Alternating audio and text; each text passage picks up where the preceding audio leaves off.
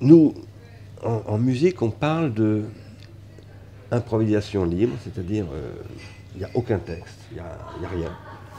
Dans les ateliers, bon, nous avons régulièrement pratiqué, c'était un exercice en fait que nous faisait faire Bernard Lubac, ce dont vous parliez vous-même tout à l'heure d'ailleurs, que Ostermayer fait dans... Oui. On se lance dans une improvisation totalement libre. Il y a ces cas-là. Il y a des cas où il y a de l'improvisation préparée. C'est-à-dire, on se voit, on répète ensemble, on travaille ensemble plusieurs fois, puis à un moment donné, on se met à improviser ensemble parce qu'on se connaît. En fait, on a répété finalement les improvisations, même s'il n'y avait pas de texte, il y a quand même eu de la répétition. Puis parfois, il y a aussi des standards, des bouts de texte ou des choses comme ça. Et puis, il y a le cas où, par exemple, je crois que Michel Portal dirait non, je n'improvise pas quand je joue Mozart. Moi, je soutiens que si, il y a encore de l'improvisation. Mais c'est une improvisation qui est totalement. C'est ce que j'appelle une interprétation. En fait. Pour moi, une interprétation, c'est une improvisation. Sinon, c'est pas une interprétation. Donc, c'est pas bon.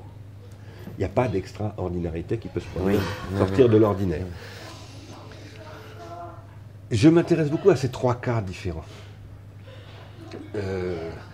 Et je m'y intéresse beaucoup en pensant une chose que vous dites vous-même, mais là aussi je crois que je ne l'ai pas noté, qui est que, en fait, on rejoue toujours quelque chose qui est déjà là.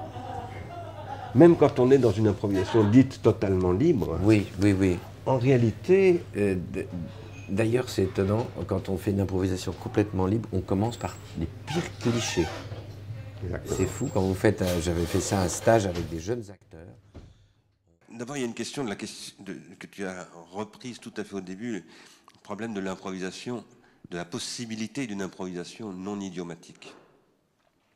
Ça, pour moi, c'est une question extrêmement importante. J'espère qu'on aura une discussion à fond. Je ne sais pas si on l'aura dans l'Académie avec Bernard Lubat, avec Michel Portal, avec ces praticiens de ce que Michel Portal appelait dans le train, quand on est venu ensemble, l'improvisation pure. En réalité, moi, je ne crois pas qu'il existe de l'improvisation non idiomatique. Je pense qu'on a un peu la même position.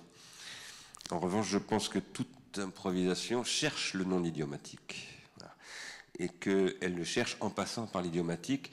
Et d'ailleurs, Michel Portal, en fait, me parlant de tout ça, n'arrêtait pas de me renvoyer de l'idiomatique, en réalité. Quand il, par exemple, donnait des exemples de musiciens américains, quand il nous disait qu'il était absolument fasciné par leur mémoire musicale, exceptionnelle, c'est-à-dire capable de resituer dans tel morceau de 1932, etc., exactement à tel endroit, c'est ça qui se passe, de décrire ce qui se passe. Il me disait, il n'y a que les musiciens de jazz américains qui sont capables de faire ça. Bon. En fait, c'est une mémoire discographique et que je crois, moi, très idiomatique.